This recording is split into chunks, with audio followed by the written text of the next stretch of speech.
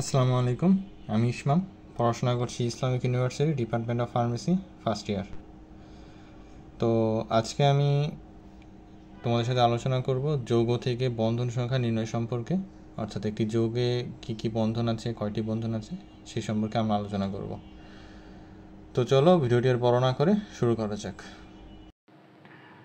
তো প্রথমে যে পয়েন্টে আমাদের মাথায় রাখতে হবে, আমাদের শিখতে হবে, দুটি মৌল মিলে যদি একটি যৌগ গঠন করে, অর্থাৎ দুটি মৌল মিলে যদি একটি যৌগ গঠন করে, সেক্ষেত্রে সেখানে এক ধরনের বন্ধন থাকবে। কয় ধরনের বন্ধন থাকবে ভাই? এক ধরনের বন্ধন থাকবে। দুটি মৌল মিলে একটি যৌগ গঠন করলে সেখানে এক ধরনের বন্ধন থাকবে। এবং সেই এক ধরনের বন্ধনটা কি হতে পারে? সেটা হয় আয়নিক হবে অথবা সমযোজী হবে। হয় আয়নিক হবে অথবা সমযোজী হবে। দুটি মৌল মিলে এক ধরনের বন্ধন তৈরি করে, সেটা হয় আয়নিক অথবা সমযোজী। আয়নিক অথবা সমযোজী দুটি মৌল মিলে যদি একটি যৌগ গঠন করে, একটি কম্পাউন্ড গঠন করে, সেটা হয় আয়নিক বন্ধন থাকবে অথবা সমযোজী বন্ধন থাকবে। এখন আমরা বুঝবো কেমনে যে এটা আয়নিক নাকি সমযোজী? এখন যদি ধাতু প্লাস অধাতু মিলে কোন বন্ধন গঠন করে, তাহলে সেটা হবে আয়নিক। ধাতু প্লাস অধাতু মিলে আয়নিক বন্ধন গঠন করে। আয়নিক বন্ধন গঠন করে। এবং অধাতু প্লাস অধাতু, অর্থাৎ দুটো মৌল যদি অধাতু থাকে, সেক্ষেত্রে সেটা হবে সমযোজী বন্ধন। দুটি মৌল অধাতু থাকলে অধাতু প্লাস অধাতু মিলে হয় সমযোজী বন্ধন। অধাতু। ফর অ্যান এক্সাম্পল ধরো সোডিয়াম ক্লোরাইড। এখানে দেখো সোডিয়াম ক্লোরাইড, সোডিয়াম কি ধাতু না অধাতু? আমরা কি জানি, যদি কোনো নামের শেষে আম থাকে তাহলে সেগুলো ধাতু। সাধারণত ম্যাক্সিমাম এগুলো ধাতু, সব না, তবে ম্যাক্সিমাম এগুলো ধাতু। তো সোডিয়াম লাস্টে আম আছে, তো এগুলো ধাতু। সোডিয়াম, পটাশিয়াম, ক্যালসিয়াম এগুলো ধাতু। তো সোডিয়াম ক্লোরাইড এখানে কি একটি ধাতু আর একটি অধাতু। তো আমরা কি জানি, একটি ধাতু আর অধাতু মৌল মিলে কী ধরনের বন্ধন গঠন করে? আয়নিক বন্ধন। ধাতু প্লাস অধাতু মিলে আয়নিক বন্ধন। ধাতু প্লাস অধাতু, সুতরাং এখানে কি বন্ধন হবে? আয়নিক বন্ধন। সোডিয়াম ক্লোরাইডে আয়নিক বন্ধন। আরেকটি এক্সাম্পল যদি দেই, ধরো মিথেন, CH4, কার্বন, হাইড্রোজেন। এখানে কার্বন কি অধাতু, হাইড্রোজেন অধাতু, অতএব দুটি অধাতু মিলে সমযোজী বন্ধন গঠন করে। বন্ধন গঠন করে। দেন যদি আমরা সেকেন্ড পয়েন্টে আসি, দুইয়ের অধিক মৌল মিলে যদি একটি যৌগ গঠন করে, দুইয়ের অধিক মৌল মিলে যদি একটি যৌগ গঠন করে, সেখানে তিন ধরনের বন্ধন আমরা পাবো। কয় ধরনের বন্ধন পাবো ভাই? তিন ধরনের বন্ধন পাবো। দুইয়ের অধিক মৌল মিলে যৌগ গঠন করলে তিন ধরনের বন্ধন পাবো। তিন ধরনের বন্ধন কি কি ভাইয়া? আয়নিক, সমযোজী, সন্নিবেশ। কি কি বন্ধন পাবো আমরা? আয়নিক বন্ধন, আয়নিক, সমযোজী বন্ধন, আয়নিক বন্ধন, সমযোজী বন্ধন এবং সন্নিবেশ বন্ধন। কয় ধরনের বন্ধন পাবো? তিন ধরনের। আয়নিক, সমযোজী, সন্নিবেশ, তিন ধরনের বন্ধন পাবো। এখন বা এখানে একটা ব্যতিক্রম আছে। কেমিস্ট্রি পড়তে আসবে আর ব্যতিক্রম থাকবে না, তা কি হয়? এখানে একটা ব্যতিক্রম আছে। এখন ব্যতিক্রমটা কি? ব্যতিক্রমটা হচ্ছে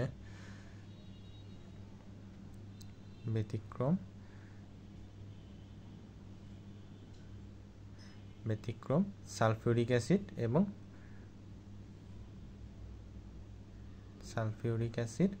এবং ফসফরিক অ্যাসিড।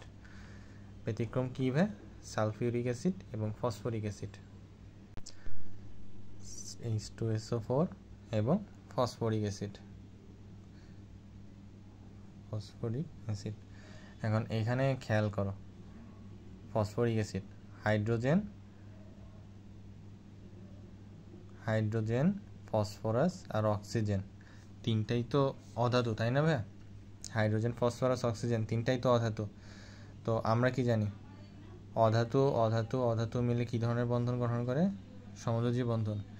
এখন আয়নিক বন্ধন হইতে গেলে কি লাগতো? ধাতু প্লাস অধাতু, অর্থাৎ একটা ধাতু লাগতো যদি আমরা আয়নিক বন্ধন চাইতাম। এখানে যেহেতু সবই অধাতু, সুতরাং এটা সমযোজী বন্ধন থাকবে। এখানে সমযোজী এবং সন্নিবেশ, আয়নিক এখানে থাকবে না, সন্নিবেশ এখানে আয়নিক থাকবে না।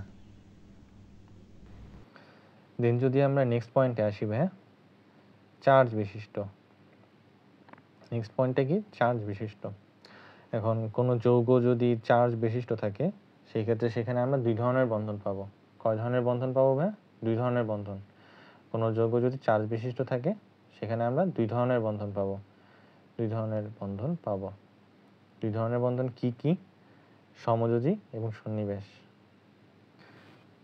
কি কি বন্ধন পাবো ভাই? সমযোজী এবং সন্নিবেশ। সমযোজী বন্ধন এবং সন্নিবেশ বন্ধন। সন্নিবেশ বন্ধন পাবো। চার্জ বিশিষ্ট কোনো যৌগে দুই ধরনের বন্ধন পাওয়া যায়, সমযোজী এবং সন্নিবেশ। সমযোজী এবং সন্নিবেশ। তবে উদাহরণ যদি খেয়াল করো, উদাহরণ যদি দেখো, ammonium ion, ammonium ion, ammonium ion এই যে চার্জ বিশিষ্ট, কি বলছি? চার্জ বিশিষ্ট যৌগে দুই ধরনের বন্ধন থাকে। তাহলে এখানে কয় ধরনের বন্ধন থাকবে? দুই ধরনের। কি কি? সমযোজী এবং সন্নিবেশ বন্ধন। কি কি? সমযোজী এবং সন্নিবেশ বন্ধন। সমযোজী এবং সন্নিবেশ বন্ধন। কি কি বন্ধন? চার্জ বিশিষ্ট ক্ষেত্রে দুই ধরনের বন্ধন, সমযোজী এবং সন্নিবেশ। তো এবার আসি আমরা নেক্সট পয়েন্টে। নেক্সট পয়েন্টটা কি? পানিযুক্ত। যদি কোনো যৌগ পানিযুক্ত থাকে, পানিযুক্ত, H2O যুক্ত, পানিযুক্ত থাকে, তাহলে সেখানে চার ধরনের বন্ধন থাকবে। কয় ধরনের বন্ধন? চার ধরনের। চার ধরনের বন্ধন থাকবে। চার ধরনের বন্ধন ভাই কি কি? চার ধরনের বন্ধন কি কি? সমযোজী,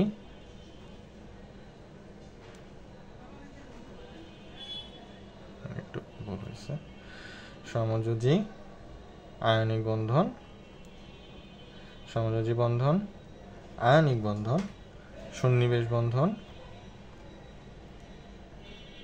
সন্নিবেশ এবং হাইড্রোজেন বন্ধন। হাইড্রোজেন বন্ধন। যদি পানিযুক্ত যৌগতে কয় ধরনের বন্ধন থাকবে? চার ধরনের বন্ধন। কি কি? সমযোজী, আয়নিক, সন্নিবেশ, হাইড্রোজেন। সমযোজী, আয়নিক, সন্নিবেশ, হাইড্রোজেন। চলো এবার উদাহরণ দেখা যাক। সোডিয়াম সালফেট,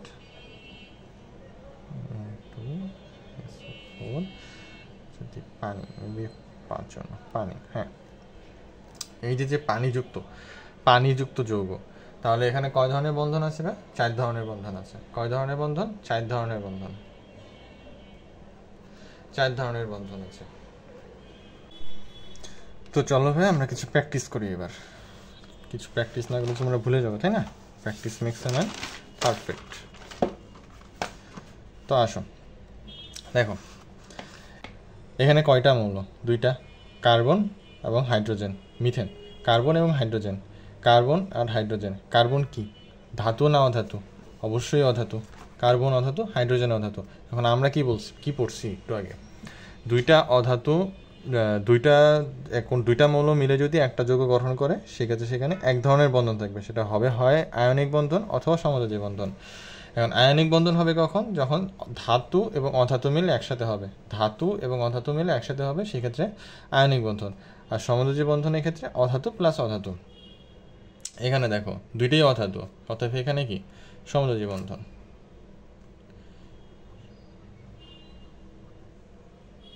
সমযোজী বন্ধন এক ধরনের এবং সেটা সমযোজী বন্ধন। পরে দেখো ফসফরিক অ্যাসিড, এখানে কি বলছে? Hydrogen, phosphorus, oxygen. এখন আমরা একটু আগে কি পড়ছি ভাই? যে যদি দুইয়ের অধিক মৌল থাকে সেক্ষেত্রে, দুইয়ের অধিক থাকলে সেক্ষেত্রে তিন ধরনের বন্ধন থাকতে পারে, বন্ধন থাকবে সেখানে। আয়নিক, সমযোজী, সন্নিবেশ। আয়নিক, সমযোজী, সন্নিবেশ। কিন্তু এখানে দেখো সবই কিন্তু অধাতু, তাই না? সবই কিন্তু অধাতু। আয়নিক হইতে হলে কিন্তু ধাতু লাগবে। ধাতু থাকলে সেখানে আয়নিক বন্ধন থাকবে, ধাতু না থাকলে সেখানে আয়নিক বন্ধন থাকবে না। সুতরাং এখানে যেহেতু হাইড্রোজেন, ফসফরাস, অক্সিজেন সবই অধাতু, অতএব এখানে সমযোজী এবং সন্নিবেশ বন্ধন থাকবে। ব্যতিক্রম এটা, একটু আগে আমরা পড়ছি, এটা ব্যতিক্রম, সমযোজী এবং সন্নিবেশ, তাই না? তবে এটা দেখো সোডিয়াম সালফেট, এখানে কয় ধরনের মৌল আছে? তিনটা মৌল আছে, সোডিয়াম, সালফেট, অক্সিজেন। আমরা কি পড়ছিলাম? 2 এর অধিক থাকলে সেক্ষেত্রে 3 ধরনের বন্ধন থাকবে, আয়নিক, সমযোজী, সন্নিবেশ। এখন এখানে যদি ধাতু আছে, সোডিয়াম কি ধাতু, অর্থাৎ এখানে কয় ধরনের বন্ধন আছে? 3 ধরনের, সমযোজী, সন্নিবেশ এবং আয়নিক। সমযোজী, সন্নিবেশ, আয়নিক। এখানেও সেম তাই, কয় ধরনের মৌল আছে? 2 এর অধিক মৌল আছে, তিনটা মৌল আছে, সুতরাং এখানে 3 ধরনের বন্ধন থাকবে। কয় ধরনের বন্ধন থাকবে? 3 ধরনের বন্ধন থাকবে, সমযোজী, সন্নিবেশ, আয়নিক। এবার এটা দেখো ভাই, আমরা কি পড়ছিলাম? যদি কোনো যৌগে পানি থাকলে সেখানে 4 ধরনের বন্ধন থাকবে। কয় ধরনের বন্ধন? 4 ধরনের বন্ধন থাকবে। কি কি? আয়নিক, সমযোজী, সন্নিবেশ, হাইড্রোজেন। আয়নিক, সমযোজী, সন্নিবেশ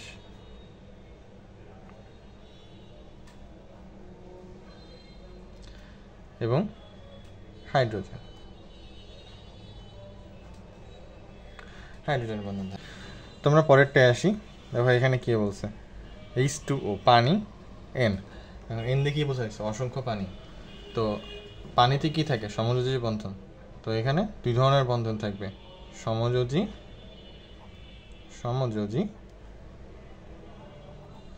এবং আয়নিক বন্ধন। সমযোজী এবং আয়নিক বন্ধন 2 ধরনের বন্ধন থাকবে। কয় ধরনের বন্ধন থাকবে? 2 ধরনের বন্ধন থাকবে, সমযোজী এবং আয়নিক বন্ধন থাকবে। পরেরটা দেখো, অ্যামোনিয়াম প্লাস, এখানে কি আছে? চার্জ আছে না ভাইয়া? চার্জ আছে। কি আছে ভাই? চার্জ আছে। চার্জ থাকলে কয় ধরনের বন্ধন থাকবে? 2 ধরনের বন্ধন থাকবে। কি কি? সমযোজী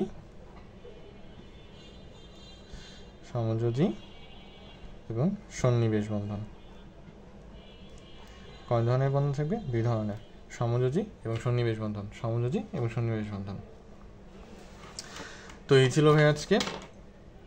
যদি ভিডিওটা ভালো লাগে বা তোমাদের উপকার হয় তাহলে ভিডিওটা লাইক দিও, একটা চ্যানেলটা সাবস্ক্রাইব করে দিও এই টাইপের যদি আরও ভিডিও দেখতে চাও। আর আমার টেলিগ্রাম চ্যানেল লিঙ্ক দেওয়া থাকবে ভিডিওর কমেন্ট বক্সে বা ক্যাপশনে, ওইখানে চাইলে জয়েন হতে পারো। ওইখানে যত প্রয়োজনীয় পোল, পিডিএফ যা আছে, সাজেশন সব কিছু তোমাদেরকে দেওয়ার চেষ্টা করব। তো দেখা হবে পরের কোনো ভিডিওতে। আল্লাহ হাফেজ।